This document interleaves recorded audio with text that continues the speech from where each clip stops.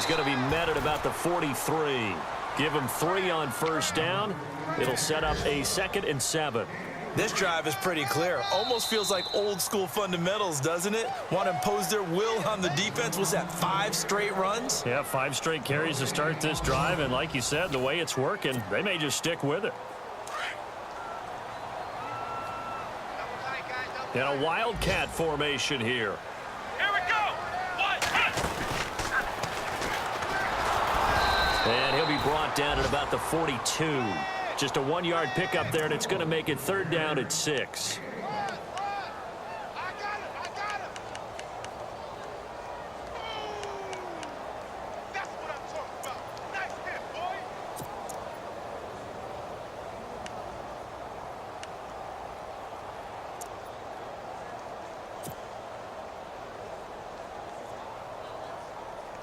The Vikings on 3rd down. Just 1 for 5 to this point. This will be 3rd and 6. Get ready there. Tagger. And he motions the wide receiver. Tagger. On 3rd down, Bridgewater.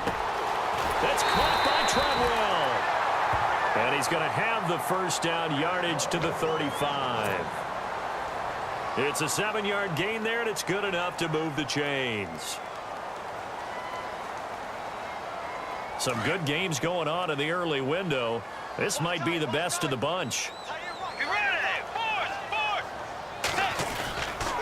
there. Another tote for the workhorse this afternoon. It's Cook. And that play went nowhere. Losing yardage.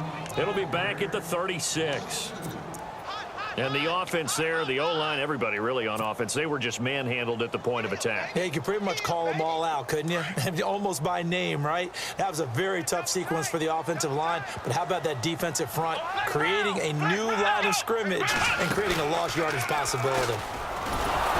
And tough sledding. You'll get maybe a yard. Stop short of the 35.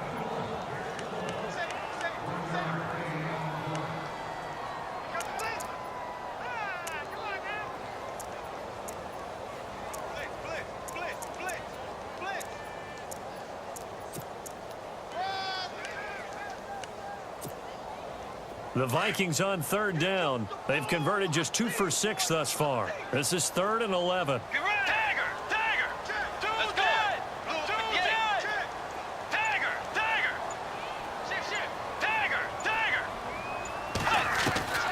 To throw, Bridgewater.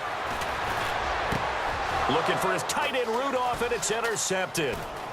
Picked off by the linebacker, Jared Davis. And a great return as he takes us up just shy of the 45. Brandon, offensively, this has been a tough day for him. Trying to find a place to throw the football. It's been extremely difficult. I've got to give a lot of credit to the secondary, especially the corners who have had the receivers on lockdown. So the D-line's going to spread out.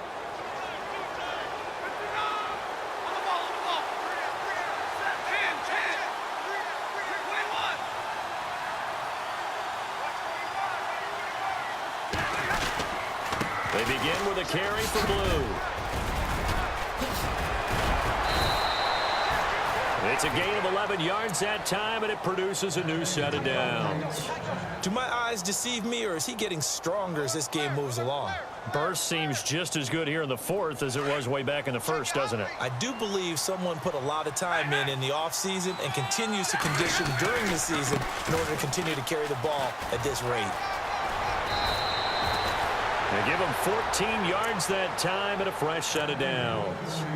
That gives him 98 yards in this game, and he's got to feel pretty good about that, but the entire offense does.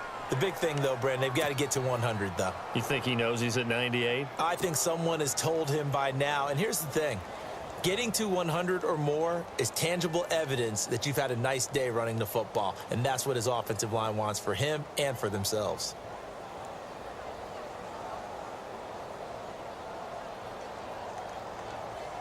And at this stage of the game, time a factor, time on their side as they just try to eke out the final precious moments of this one.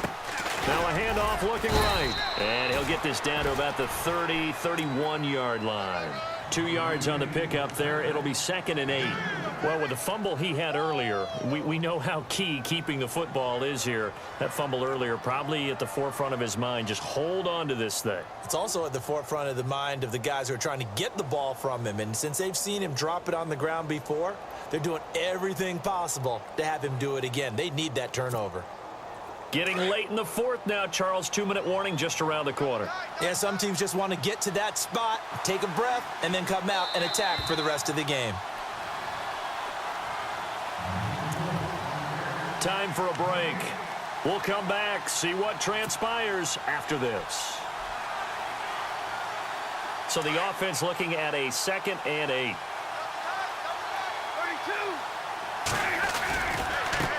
32. And he'll give it here to his running back. A nice pickup there of 11 yards, and it'll move the sticks. Well, they picked up a little bit of yardage there, and now, in this situation, should be in no hurry to run a play really fast. Let the clock wind down.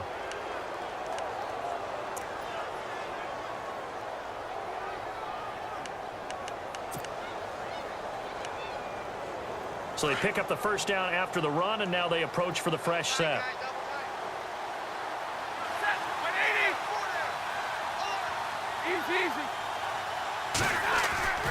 Stafford going to throw it. They'll roll him out right. Drops it to Blue, complete. And they'll bring him down at the 18-yard line. And now the Vikings are going to stop it here on defense with a timeout. It's just their first. They've got 2 more to use here in the final stages.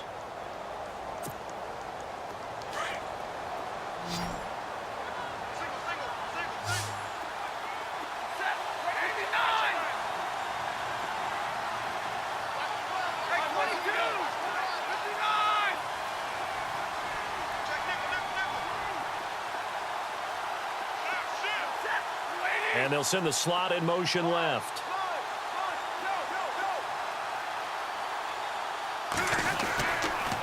Blue on the toss.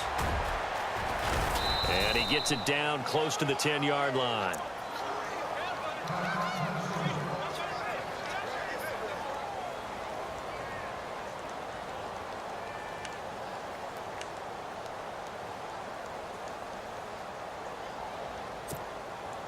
The Lions on 3rd down. They've converted 3 out of 5 thus far. This time they face a 3rd and 2.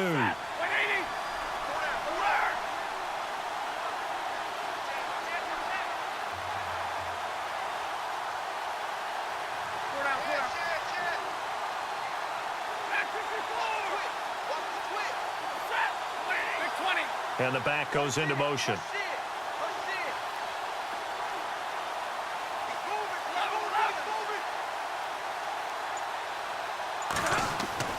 Now it's Stafford. And that is incomplete. He was unable to complete it there, and just not the game that you would expect from him. He's been off the mark really start to finish. Yeah, it makes you wonder what exactly is going on. Is he a little bit dinged up here, or is he just off just by a bit? Maybe he can get it back in this situation. He'll need to. And the 10-year vet knocks it through the goalpost, and the drive will wind up yielding 3. So they get the 3 here, but you wonder whether that's going to be enough. Yeah, I mean, you've now made it so they need a touchdown rather than a field goal to catch them. But you're right. If they'd gotten 6 out of that drive, this would be a much different game. Prater now will send it away following the made field goal. And a fair catch signaled for and taken successfully. Now the Vikings offense gets set to take over here. They're down here in a 1-score game, but the time, it's a factor, but it's not a huge factor right now, is it? It's really not, because this amount of time gives them a chance to run their offense, to go through play sequences. And this is what they work on every week in practice, usually on a Friday. They go over this type of a situation, late game situation. What are we going to do when we have the opportunity? They've called these plays a bunch of times. Now's their chance to execute them. They have the opportunity now. Here's the execution. He'll look to throw. And it pops free. The collision there jarred the ball loose and brings up 2nd down. Work with me, partner. Take a deep breath, because that's what they're doing down the field now. That incompletion allowed them to exhale a little bit, get in the huddle, Kind of scan the crowd, see if any celebrities are here. Relax a little bit as they start this big drive. Back to throw. He's going to find his running back. It's complete. And they'll get it up just short of the 45 at the 44.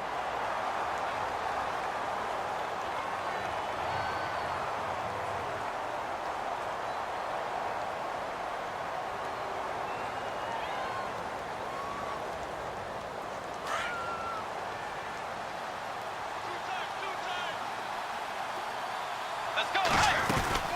First down, here's the run with Cook.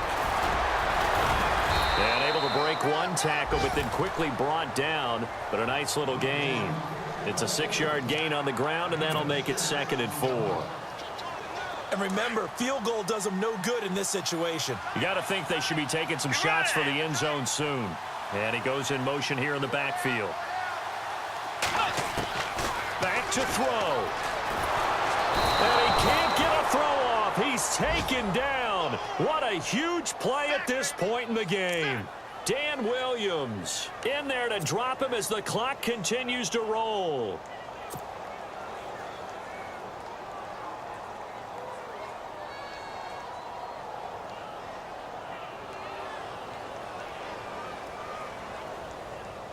Third and long now after the sack, and we'll see if Bridgewater has a response. He's back to throw. And nearly intercepted there. That would have been ball game if he had clinched it and caught it. Instead, it gives him one more chance here on 4th down.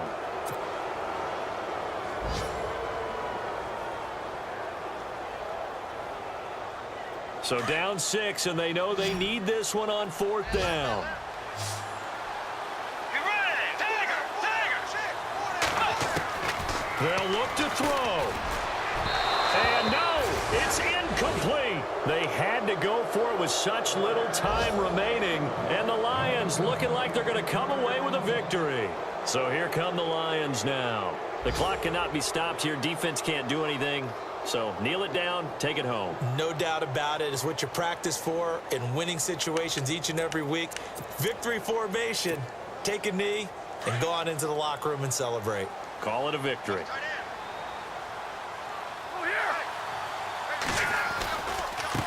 Now they try the right side here. And some space here. And he gets it inside the 35 and just shy of the 30.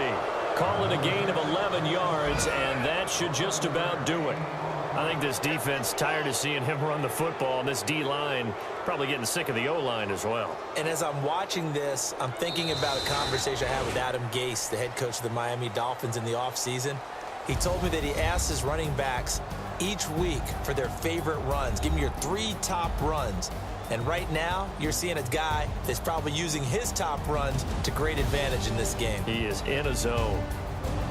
A road win in the National Football League. Charles, you never take that for granted no matter who you're playing, no matter where you're playing. You take it and you run with it. And you know